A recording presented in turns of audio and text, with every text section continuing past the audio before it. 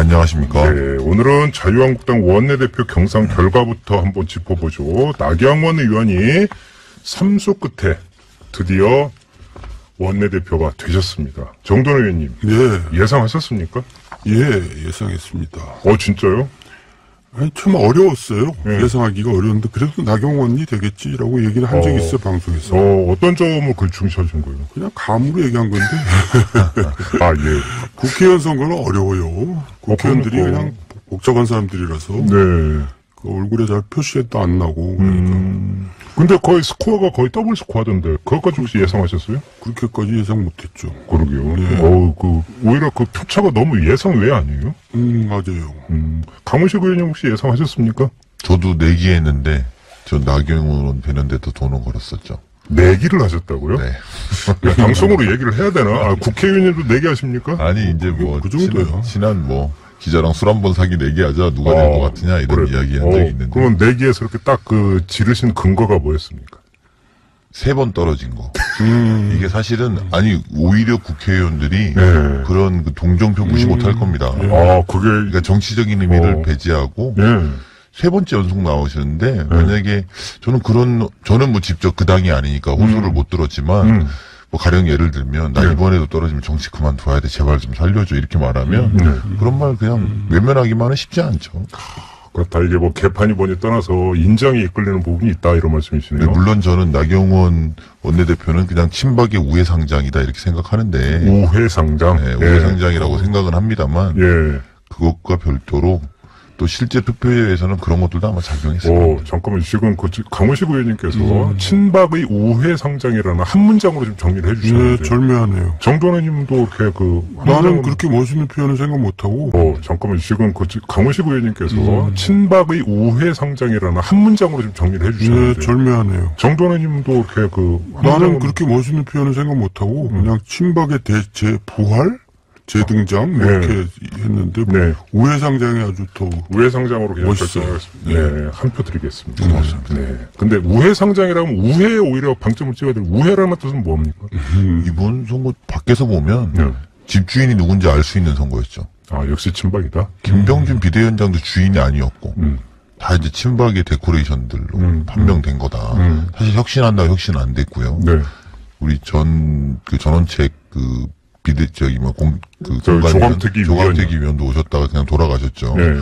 결국은, 최근에 이제 몇 명의 홍문종 의원이나 이런 분들이 말씀합니다만, 결국은 집주인이 누구인지 알려줬고, 또 우회상장을 어떻게 했다, 이렇게 보여진 결과. 그러면 우회라고 하는 표현에는 나경원 원내대표도 친박의 어떤 본류는 아니다, 이런 지금 판단이 깔려있는 거죠. 그렇죠. 그런 뉘앙스도 아니시고. 본류가 아니라 친이었죠. 네. 그래요? 그럼요. 이명박 후보 대변인도 하고 대통령 당선자 대변인도 하고 그랬죠. 그래요? 근데 본인은 원내대표 경선 과정에서 나는 정책 흑수저다라면서 계속 이제 어떤 중립에 대해 이렇게 주장을 해오지 않았나요? 그러니까 이제 그거는 이제 급하니까 이제 친박표는 몰라고 그렇게 했는데 결국 성공을 했네요. 근데 어쨌든 간에 친박 청산이라는 말을 그동안 쭉 써왔잖아요. 그게 마치 자유한국당의 쇄신의 길인 것처럼. 그런데 다시 우회상장을 해버렸으니 참 깝깝하게 됐어요. 그러면 이게 이제 자유한국당의 복고입니까? 회귀입니까? 회귀복고죠. 퇴행 이런 거. 여태까지 결국 한 발짝도 안 못 나갔구나 라는 모습을 보여준 거죠. 그러면 역시 자유한국당의 최대 지분 그룹은 친박이다. 그걸 확인시켜준 원내대표 경선 결과다, 이렇게 보면 되는 겁니까? 친박연대 재결성. 그래요? 네. 예. 근데 나경원 원내대표는 본인이 압도적 승리를 함으로써 개판은 종식됐다고 주장했던데, 이건 어떻게 받아들여요? 말은 그렇게 하죠. 이제 모든 사람이 다 나경원 계본가? 네. 이제 친박이 아니라 친나가 됩니까? 이제 본인은 그렇게 그랬으면 좋겠죠. 근데 그냥 이건 의례적인 멘트로 굳이 의미 해석 안 하고 넘어가도 될까요? 그러면? 그럼요. 그러면 나경원 원내대표의 어떤 의례적인 멘트는 그렇다 치더라도 지금 그럼 앞으로 친박이 어떻게 움직이는 겁니까? 지금 홍문종 의원 같은 경우 사실 원조 친박이라고 봐야 되는 것 아닙니까? 근데 이제 지금 또 한 15일로 예상되는데 인적 청산이 지금 당협위원장 심사 결과 말씀하시죠? 그렇죠. 이제 눈앞에 다가왔는데 아무래도 친박이 많겠죠. 그러니까 이게 지금 다시 또 분란에 휩싸일 가능성이 꽤 높아요. 그런데 지금 말씀하신 홍문종 같은 분이 1차 대상자로 올라와 있을 거거든요. 제가 볼 때는. 그렇게 좀. 친박 몇 적 중에 하나로 들어가잖아요, 항상. 예. 그러니까 이제 그렇게 신당설을 얘기하고 이제 그렇게 오히려 비례를 압박하고 지금까지 왔는데. 잠깐만요. 최근에 홍문정 의원이 여러 인터뷰를 통해서 적극적으로 이야기를 한 게 본인이 그걸 딱 감지하고 그 최선의 방어는 공격이다 그래서 그렇게 나갔다고 보시는 거예요? 물론이죠. 그렇게 해서 그러세요? 홍문정 이름 반드시 나올 겁니다. 나중에 명단 열어보면. 네. 근데 홍문정 의원은 그 원내대표 경선 후에 이제 탈당 원인은 제거됐다 이렇게 얘기하던데.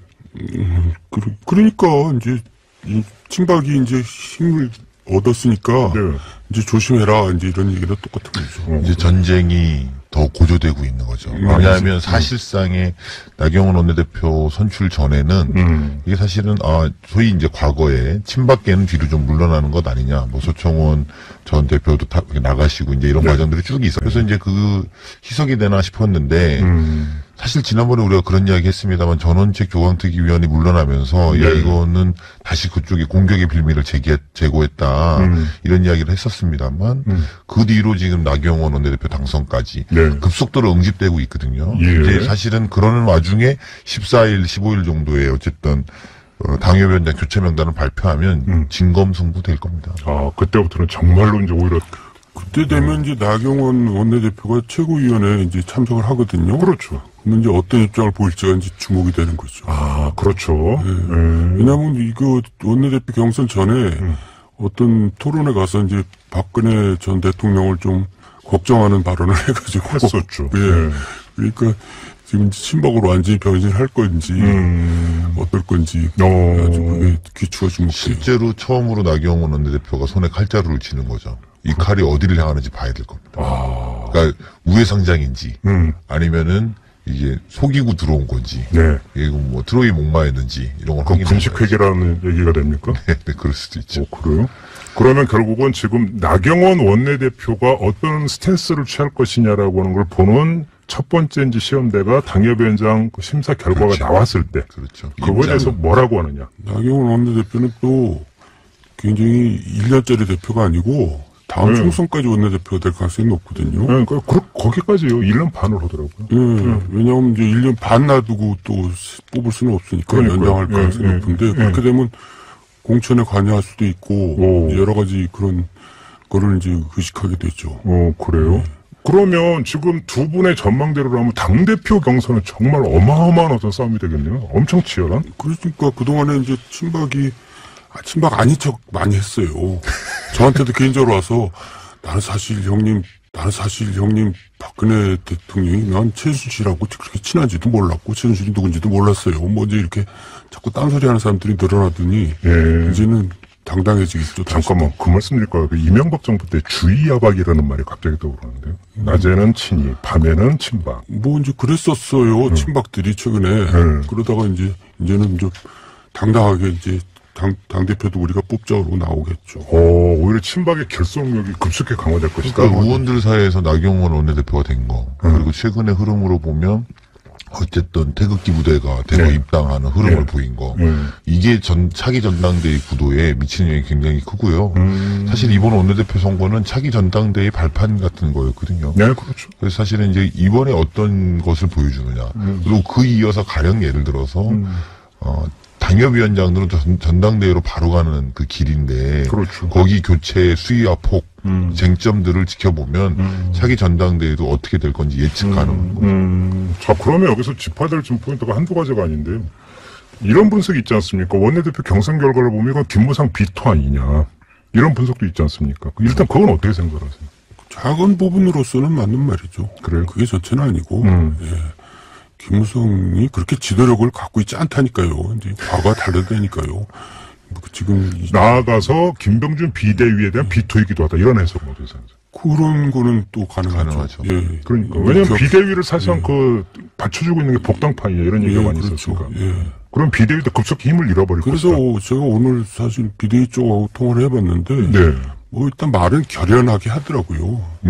뭐 아예 당초 생각대로 가겠다 했는데 이제 좀 전운이 감도는데요. 전운이 감도는. 어쨌든 민주당만 좋게 생겼어요. 별로 좋은 거 없어요. 대통령 지지율 떨어지는데 총선에 이제 점점 이게 그냥 지지율 떨어진 거 멈췄습니다. 약간 반대. 자꾸 떨어진다. 그냥 쉽게 먹는 거 아니냐 다음 총선에 이렇게 생각했던데 만만치 않게 될지도 모르죠. 근데 그런데 이제 친박이 나타났으니 좋을 일. 그러면 결국은 그 정도원 의원님의 지금 이 말씀을 한마디로 정리하면 자유한국당의 혁신은 그 정도원 의원님의 그 아주 그 자주 쓰시는 표현을 피면 종쳤다. 종칠 가능성이 높아졌다. 이거죠. 네. 그러면 결국은 유권자들은 외면할 것이고 그 어부지리를 민주당이 얻을 것이다. 유권자라는 게 전체를 이제 대상으로 얘기하니까 그렇고. 네. 그러니까 이제 수도권. 수도권. 중도파들. 여기서 이제 다시 들어올래 대한 못 들어오는 거죠. 저 지긋지긋한 찌박대 아직도 저렇게 행세를 하는구나. 그러니까. 네. 그럼 그 상대당의 민주당 전략기획위원장으로서 어떻게 받아들이죠? 저희 어부지리에 욕심 없습니다. 저희가 민생 살려서 정면으로 승부하도록 성실하게 일하겠습니다. 교과서적인. 아니, 이렇게 것만 이야기하면 방송이 재미가 없어지잖아요. 뭐, 어부지리 기대합니다. 이렇게 합니까, 제가? 그건 그래. 근데, 원내대표로서 나경원 의원을 상대하기는 어떨 것 같습니까? 김성태 전 원내대표하고 비교한다면. 어떨 것 같아요? 제가 함부로 말하기 글쎄, 개개인 얘기하기는 장단점이 좀 있을 텐데요. 나경원 의원이 원내대표를 하려면 사람들을 좋은 사람을 많이 써야 될 거예요. 주변에? 그 원내 수석부터? 그렇죠. 정말, 근데 자유한국당에 그런 사람들이 있나? 왜 하도 목소리들을 안 내니까. 잠깐만요. 근데 지금 의원님 말씀 듣다 보니까 이상한 게, 주변에 좋은 사람을 많이 써야 된다는 이야기는, 나경원 의원이 팔 걷어붙이고 자기가 본인이 직접 나서기에는 뭔가 문제가 있거나 부족하다는 뜻입니까? 뭐 그렇게 꼬치꼬치 묻지 마시고요. 그냥 얘기하면 그런 대로 거기까지만 알아서 궁금하니까. 왜 답변을 회피하세요? 다른 거 하나는 기대되는 게 사실은 나경원 의원이 품격 있는 보수하겠다라고 인터뷰하셨어요. 네. 근데 김성태 대표 때는 그런 말들이 좀 어울리지 않았던 건 있거든요. 들게 뭐 이제 이랬는데. 그런 어떤 또 태도의 문제도 중요한 것 같습니다. 그렇겠죠. 보수를 바라보는 태도의 문제도. 근데 이제 우리가 홍 대표 시절 이후에 김성태 대표 이렇게 이어지면서 물론 김병준 비대위원장이 좀 그런 걸 보여줄 수는 있었습니다만 정치인이 아닌 관계를 좀 도드라지지 못했고 나경원 의원은 그런 품격의 측면에서는 좀 바로 좀 세울 수 있는 지점들도 좀 기대는 좀 있습니다. 개인적으로. 그래요? 알겠습니다. 뭐 정리를 하자면 친박의 부활. 자유한국당의 퇴행 이렇게 이제 정리를 하면 되는 거네요. 그러면 또 그렇게 정리하니까 좀 거시기 하지만 뭐 대체로 그렇습니다. 그래요. 아무튼 이건 또 1라운드고 2라운드는 당협위원장 심사 결과, 3라운드는 당대표 경선. 갈수록 싸움의 양상은 격렬해질 것이다. 두 분의 공통된 진단이었습니다. 이렇게 확인을 하도록 하고요. 다음 주제로 넘어가 보겠습니다. 조금 전에 저희가 이제 3부에서 홍익표 민주당 수석 대변인하고도 인터뷰 바로 이것 때문에 좀 했는데, 이재명 경기지사에 대한 어떤 민주당의 어떤 처리 문제가 상당히 이제 관심사였는데, 결과적으로는 뭐 언론은 셀프 징계 이렇게 이제 표현을 하던데, 정도원 의원님, 이건 묘수입니까, 꼼수입니까? 묘수도 아니고 꼼수도 아니고 불가피한 선택이라고 보는데요. 그래요? 그리고 또 제가 볼 때도 저 김경수 지사하고 형평성 문제가 있잖아요. 네네네. 김경수 지사도 기소돼서 재판받고 있는데 거기는 아무런 조치가 없었잖아요. 네네. 그러니까 거기 이 부분만 따로 하면 좀 이상한 거죠. 그래요? 그러니까 당으로서는 어쩌면 그럴 수밖에 없었다. 지금 이렇게 보는 거고, 오히려 그러면 이재명 지사가 당의 어떤 고민이라든지 이런 것들을 그럼 이런 평가로도 연결이 될 수 있는 거잖아요. 근데 이재명도 이제 좀 잦아들 겁니다, 얘기가. 제가 볼 때는. 딴 일이 생겨서 이제 좀 묻히겠죠. 잠깐만, 이재명 지사를 둘러싼 논란과 그런 게. 그러니까 되게 선방을 했어요. 이 정도까지 선방할 줄 몰랐는데, 역시 뚝심이 있고, 막판 정면 승부를 건 게 저는 주요했다고 보는데. 정면 승부를 하면 어떤 걸 뜻하는 거예요? 결국 대통령까지 끌어들였잖아요. 문준용 씨 얘기? 그러니까 아주 대단한 싸움꾼이죠. 잠깐만요. 그러면 지금 의원님의 진단에 따르면 이제 페이스북에 문준용 씨를 잠깐 거론한 적이 있는데 이게 검찰 수사 결과에 일정하게 영향을 미쳤다고 평가를 하시는 거예요? 보죠. 제가 지난번에 얘기했잖아요. 하태경 의원이 똑같은 건으로 허위사실로 입건이 됐는데 무혐의로 나왔거든요. 검찰에서 왜 무혐의를 나왔겠어요? 조사를 해보니까 무혐의인 거예요. 하태경 의원이. 네. 근데 경찰은 그것도 모르고 이제 이 해경군 김씨를 기소를 한 겁니까? 기소를 이제 입건을 한 겁니다. 네. 그래갖고 이제 기소까지 하려고 올렸는데 네. 검찰에서 같은 사안을 두고 다르게 판단할 수 없잖아요. 그러니까 불기소 처분한 거죠. 그래요. 그러면 그 문준용 씨를 거론한 게 해경공 김씨 사건에 대해 그러니까 불기소, 김미경 씨에 대한 불기소 여기에 이제 영향을 미쳤다 지금 이렇게 그럼 그렇게 진단하시는 봐요. 그래요? 예. 강훈식 의원님. 저희 야당은 이제 저런 주장들을 많이 하고요. 네. 저희 당은 이제 뭐 처음에 기소, 예를 들면 경찰이 기소 의견으로 넘길 때 그때부터 뭐 이게 무슨 경찰에 대한 문제 제기를 이재명 지사가 하고 이랬기 때문에 네. 사실 그것이 검찰 가서 최종 판단되는 과정이 뭐 조사해보니 그렇게 특정하기 어렵더라 이렇게 하는 검찰이 바로 그 지점인데 그 말이죠. 그 네. 김혜경 씨에 대한 그 불기소 처분이 내려진 직후에 경기 남부 경찰청에서 어떤 이야기가 흘러나왔냐면 그러니까 이제 이거는 뭐 워딩 그대로가 아니라 이제 풀면 아니 우리가 수사가 흘러나왔냐면 그러니까 이제 이거는 뭐 워딩 그대로가 아니라 이제 풀면 아니 우리가 수사하는 과정에서 검찰이 지휘를 했고 다 알고 있는데 그래서 기소 의견으로 넘긴 것도 여기서 사실은 검찰의 의견이 반영이 된 것으로 해석을 하는 게 맞는데 뒤집혀졌다. 이런 요지의 멘트가 나왔거든요. 그래서 이게 조금 전에 정두원 전 의원이 이제 그 진단했던 이거하고 연결돼서 해석하는 시각이 있거든요. 그건 어떻게 생각하세요? 그건 좀 저희가 볼 때는 어쨌든 과도하다고 보는 거죠. 그래요? 일단은 그렇게까지 보긴 좀 어렵고. 네. 사실은 뭐 경찰의 입장에서 검찰의 지휘를 받아서 했는데 이제 나중에 뒤집어진 것 아니냐. 고로 이 과정에 거론됐던 변수가 문준용 씨 의혹이다 뭐 이런 건데 네. 그게 우리는 이미 의혹이 아니라는 거 사실이 아니라는 거 다 밝혀졌기 때문에 그것이 변수가 된다고 판단하지 않고요. 네네. 경찰의 판단과 검찰의 판단에 차이가 있었는데 오히려 경찰이 뒤에 그런 이야기를 좀 한 것 아닌가라는 네네. 생각도 좀 듭니다. 그래서 이 문제는 사실은 이재명 지사를 이렇게 처리하기까지 당은 참 아까 우리 그 홍익표 수석 대변인이 주로 이야기는 다 했습니다만 네.